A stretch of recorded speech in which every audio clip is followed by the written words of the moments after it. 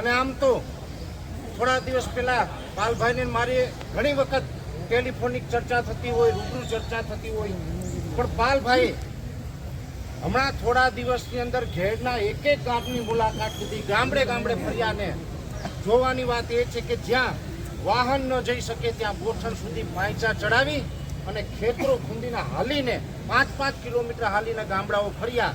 એટલે આ કોઈ ખેડૂત પુત્ર કરી શકે, આપણી સામાન્ય ભાષામાં સમજી શકીએ આપણે. કેમ કે આમાં જે ઘેડની અંદર આ સેલનો પ્રશ્ન છે, નદી ઊંડી અને પોળી નથી થતી, એમાં જેવી રીતે પાલભાઈએ સમજાવ્યું કે આપણા ઘેડ નિગમ જે અત્યારે નિષ્ક્રિય છે એના માટે થઈને આપણે બધા એકઠા થયા છે. અહીંયા એવું તો કાંઈ છે નહીં કે તમને પાલભાઈએ એવું કીધું કે બધા આવો, બધાના ખાતામાં 15-15 લાખ નાખી દેવાના. આપણે કોઈ 15 લાખ લેવા માટે એકઠા નથી થયા. આપણો બધાનો એક પ્રશ્ન છે કે ઘેડની અંદર જ્યાં ધોવાણ થાય છે, નદીઓ ધોવાય, પાડા ધોવાય, આપણા ખેતરો ધોવાય છે, એનો યોગ્ય રસ્તો નીકળે, એની અંદર આપણા ખેડૂતોને ન્યાય મળે.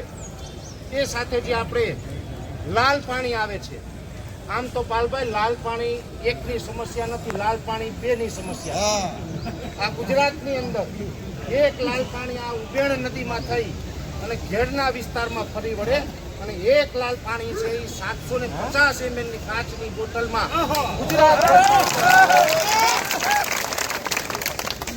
અને આમ તો શરમ આવવી જોઈએ કે આપણે જે સંસ્કૃતિની વાત કરીએ છીએ, જે આપણે પરંપરાની વાત કરીએ છીએ, જે ભારત દેશની વાત કરીએ છીએ અને જે હિન્દુત્વની વાતો કરતા હોય છે, એ દેશના યુવાનોને આપણે ક્યાં માર્ગે લઈ જઈએ છીએ. આપણા ખેડૂતના દીકરામાં ક્યાંય ભોગ બની જાય છે, કોઈ એવો માણસ અડી જાય. હું તો તમને એમ તો કે રાજનીતિ તો મારો વિષય નથી, તો વિજ્ઞાન અને ટેકનોલોજીનો માણસ છે. તમને બધાને હવામાનની માહિતી આપું, ખેતીની માહિતી આપું. સાથે હું તમને એ પણ એક કહી દઉં, ભાજપ, કોંગ્રેસ કે આપની વાત નથી, પણ એક ખેડૂતના દીકરા તરીકે ખેડૂતનું હિત ઈચ્છું છું. એટલે એક ભલામણ કરું, તમે બધું કરજો, જ્યાં જવું હોય ત્યાં જાજો, પણ તમારા દીકરાઓને ક્યારેય ભાજપના કાર્યકર્તા તરીકે ન જવા દેતા. એટલા માટે મેં ઘણા ગામડાઓમાં જોયા છે. ગુજરાતના ગામડા ફરું છું, ગુજરાત ભરની અંદર 18,000 ગામડા જે ફરું છું ને, મેં જોયું છે કે જ્યારે ચૂંટણી આવે ને, આપણો દીકરો એના કાર્યકર બનીને જાય, પછી એ જેના કાર્યકર બનીને ગયા હોય એ માણસ નેતા બનીને વિધાનસભા કે લોકસભામાં જાય, અને આપણો દીકરો દારૂડિયો થઈ જાય. કામ આ જ કરે છે આ લોકો. એટલે આ બે પાણીની પાલભાઈ સમસ્યા છે, એ બંને પાણીનો ઉકેલ છે ને એ ખરેખર આવવો જોઈએ. અને આની અંદર આજે ઘેડના ગામડેથી આપણે પ્રતિનિધિ અહીંયા આપણે આવ્યા છે. આજે કલેક્ટર સાહેબના મારફતથી મુખ્યમંત્રીશ્રીને આપણે આવેદનપત્ર આપવાનું છે. એમાં જે આ 4 માંગ છે, એ 4 માંગ પૂરી થાય, કદાચ ન થાય તો હું તમારા વતી પાલભાઈને તમામ ભીખા બાપા છે, લલિતભાઈ છે, અન્ય આખી જે ટીમ છે એને હું કહું છું કે આપણે બધા આવનારા સમયમાં જરૂર પડશે તો 25 કે 50 લોકોને સાથે લઈને આવશું ગામે ગામથી આપણે. અને એવું નહીં કે માત્ર ઘેડના ખેડૂતો આવે, કેમ કે આ પ્રશ્ન ઘેડનો છે તો અન્ય ખેડૂતોએ પણ અહીંયા હાજરી આપવી.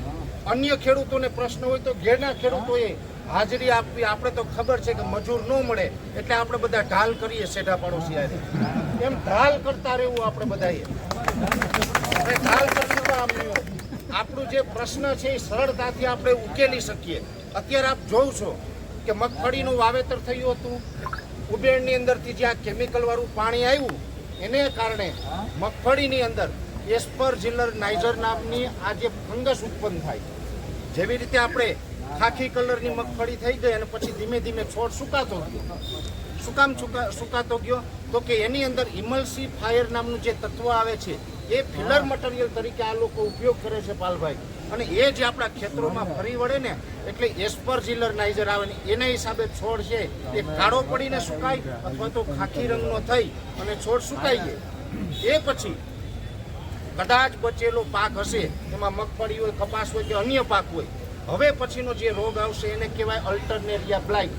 એ અલ્ટરનેરિયા બ્લાઇટ છે એ પણ હવે આવશે. જો આપણે આ તમામ પરિસ્થિતિમાંથી મુક્ત થવું હશે તો આ કેમિકલવાળું પાણી છે આપણા ખેતરમાં આવતું અટકાવવું પડશે. અને આજે આપણે જાગૃત નહીં થઈએ, આજે આપણે આની વિરુદ્ધ અવાજ નહીં ઉઠાવીએ તો આવનારી પેઢી એવું જ સમજી લેશે કે આ તો કદાચ એ પાણી છોડવાનો એ લોકોનો હક હશે. આવનારી પેઢી આમાં ક્યાંક પીસાશે, આવનારી પેઢી બરબાદ થશે અને આવનારી પેઢીને આપણે આ કેમિકલવાળી ખરાબ બંજર જમીન આપીને જશું. એટલે આપણે આપણા માટે નહીં પણ આપણા આવનારી પેઢી માટે, આપણા સંતાનો માટે આ લડવું પડશે ને આની અંદર ખેડનો તમામ પ્રશ્ન છે તે સોલ્વ થાય એના માટે આપણે સૌ સાથે મળીને લડશું અને જ્યાં જરૂર પડે ત્યાં પાલભાઈનો અવાજ આવે કાંઈ અમારે જરૂર છે ત્યાં બધા ખંભેથી ખંભો મિલાવી અને આ બધા ટેકો આપશું. આવો પાલભાઈને આપણા તરફથી વિશ્વાસ આપો.